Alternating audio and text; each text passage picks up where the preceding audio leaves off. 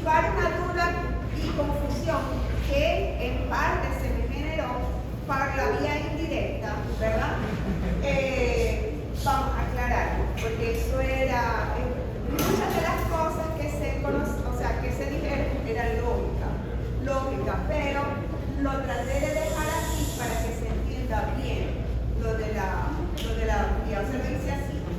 Acuérdense que los ganglios basales están constituidos por cuerpo estriado, caudado putamen, globo pálido interno, núcleo subtalámico del nubis, ¿ok? Y prácticamente la sustancia negra en su fase reticular y compacta, aunque anatómicamente, filogénicamente no está relacionado con los ganglios basales, se le ha dado una integrado fisiológicamente dentro de los ganglios basales, ¿ok? Vamos a decir, la importancia en el manejo de los ganglios basales, en la función motora, voluntaria. Entonces, la sustancia reticular se ha englobado allí. Todo había quedado, creo que claro, que había un núcleo, los ganglios basales, entre ganglios basales y la corteza se genera prácticamente un circuito, ¿ok? Un circuito que lo están viendo, ¿no? Donde hay una retroalimentación, ¿ok? Que viene de la corteza, le envía señales a ganglios basales, particularmente ¿a dónde? ¿A cuerpo? A cuerpo estriado. Aparece que es el núcleo de entrada, caudado putamen. Y los núcleos de salida serían el globo pálido interno y la sustancia reticular. Pero tenemos siempre al tálamo, ¿ok? Como una estructura intermediaria. Es como una estructura de, vamos a decir, de relevo de la información motora que va a salir de los ganglios basales de vuelta a la corteza y así poder regular la función motora. Eso lo vimos. Vimos los dos circuitos, ¿ok? Dos circuitos, el circuito del putamen y el circuito del caudado, que prácticamente son circuitos funcionales que siguen vigentes, pero esta manera de clasificar como dos circuitos vamos a decir, con respecto a la función de los ganglios basales, tiene importancia bioquímica, ¿okay? Y obviamente a la final funcional. A la final vimos que había una vía directa que facilitaba la actividad motora, ¿okay? Que fluyera la actividad motora deseada, la voluntaria, lo que se desea hacer, ¿okay? Cómo él va a participar para escoger planes motores, como habíamos dicho, planificar, que habíamos dicho, para el control cognitivo, escoger planes motores, darle cronología, secuencia, realizar los movimientos habidos incluso de manera automática, darle dirección, proporcionalidad al movimiento, en cuanto a intensidad, todo eso lo vimos. El circuito de caudado y putamen caudado, como quieran ver. Esta importancia es, vamos a decir, bioquímica. Finalmente, vamos a ver, o de manera, vamos a decir, introductoria, habíamos dicho que la vía directa facilitaba que la información motora de ganglios basales saliera, ¿ok? Facilitara el plan motor que se va a hacer, mientras que la vía indirecta frena la actividad y el freno de la que inhibe la función motora, ¿cierto? O movimientos no deseados que se desean hacer. Y en estas vías hablamos de la importancia bioquímica que había y lo que queríamos es ver por qué facilitaba y por qué inhibía, ¿okay? Y aquí lo explica la parte bioquímica. Normalmente la corteza cerebral se comunica con el cuerpo estriado por vías que lo vamos a llamar corticoestriales. Son colinérgicas y glutaminérgicas. Ambos, el predominio de la acetilcolina es como neurotransmisor excitatorio.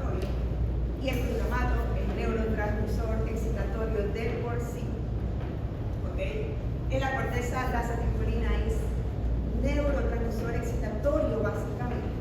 El glutamato es el que más abunda, ¿ok?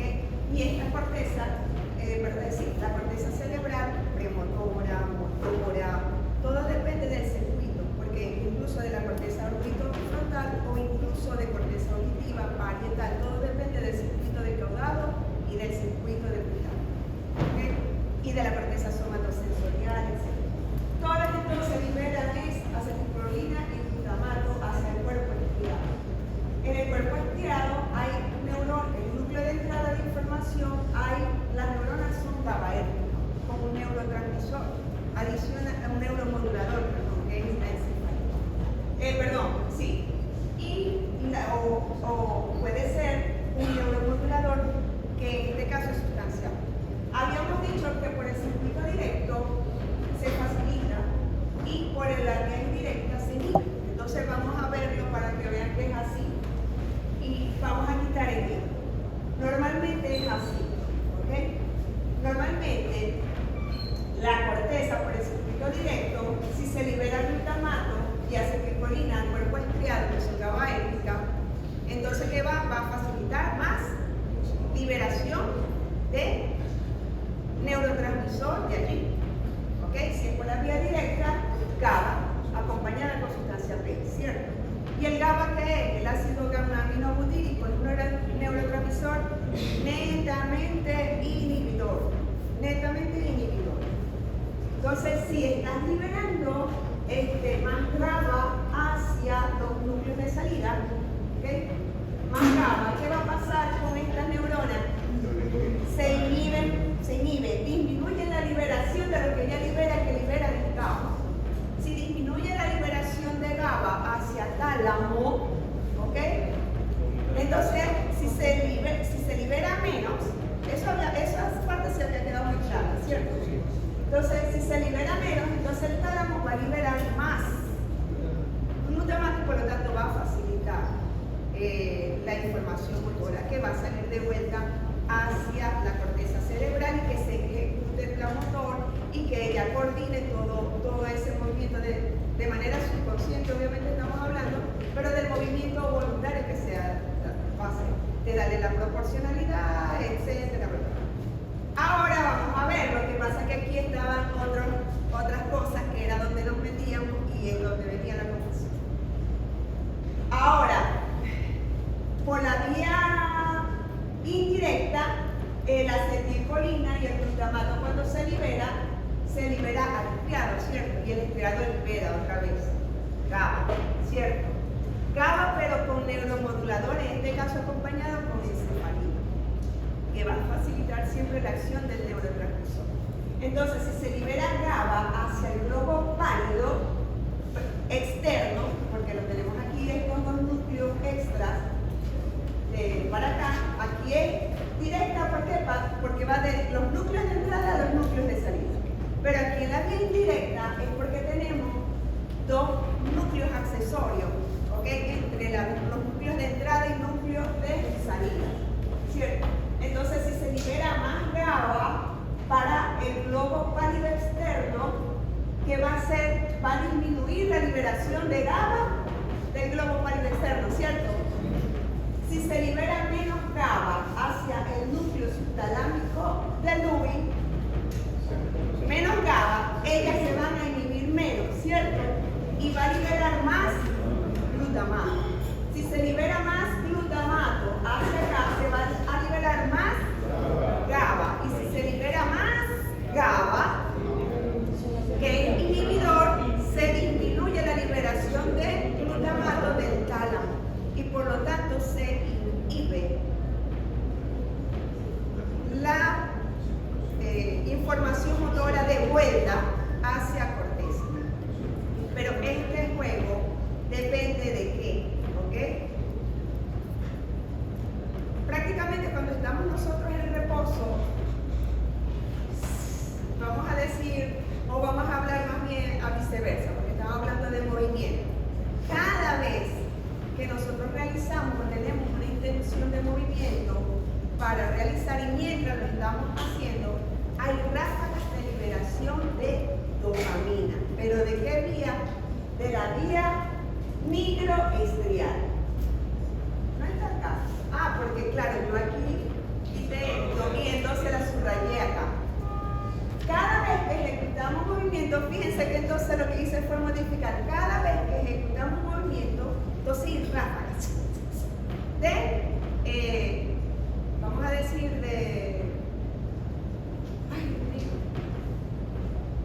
ráfagas de dopamina. Entonces, ellos pueden actuar o bien en receptores de 1 o bien en receptores de 2. ¿Okay?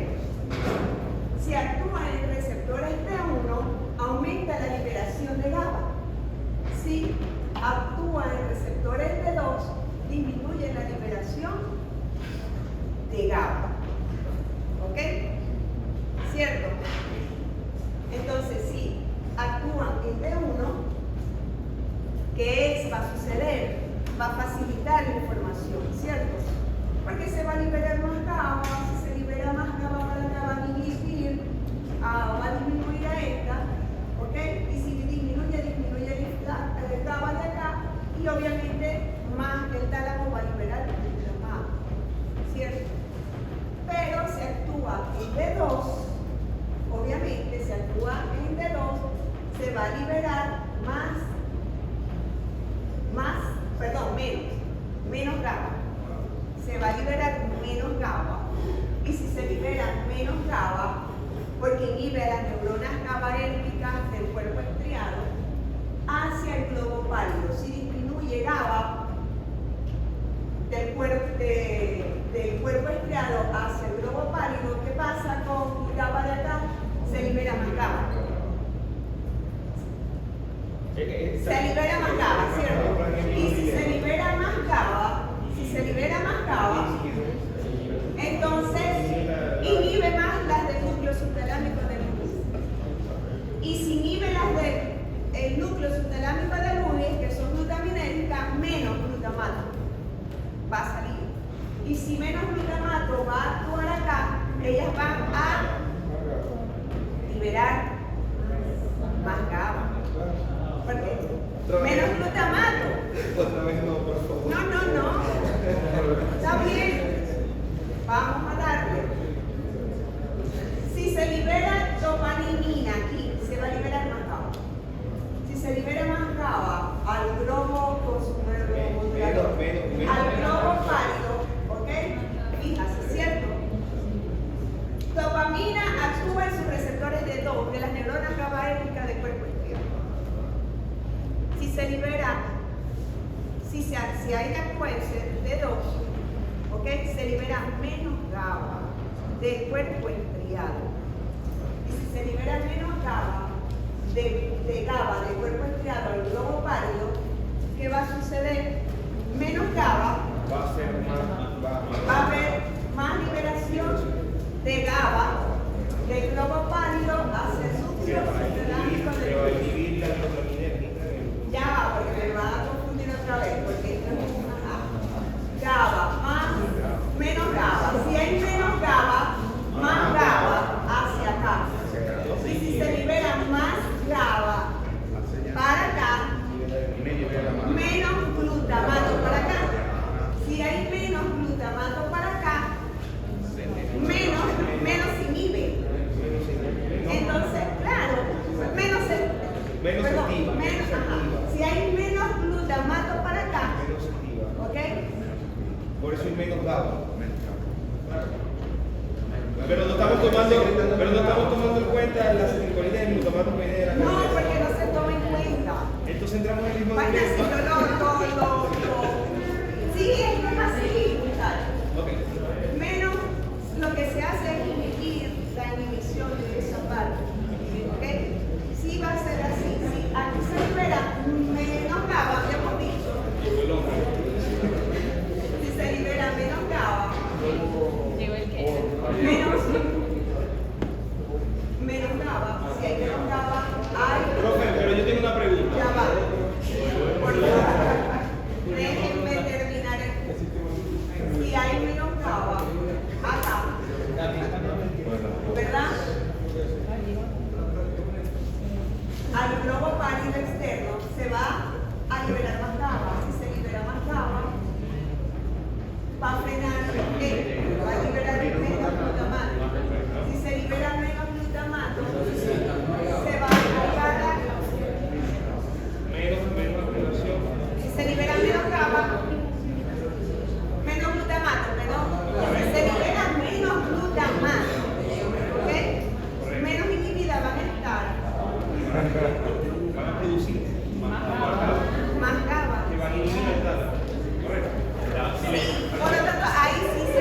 una inhibición de la inhibición Sí, que se exacto. está haciendo. Normalmente la vía indirecta que había inhibía, ¿se recuerdan? En esta, sin dopamina, inhibía. Entonces, ¿qué va a hacer cuando hay dopamina? Con la dopamina, con la vía indirecta la controla y va a producir inhibición de la inhibición que habíamos concluido en la lámina anterior. Y lo resumí así. Hola.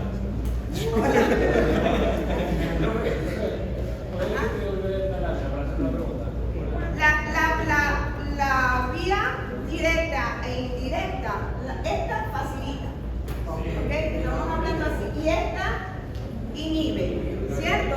Habíamos concluido así. Sí. Esas vías son reguladas por la dopamina, ¿ok?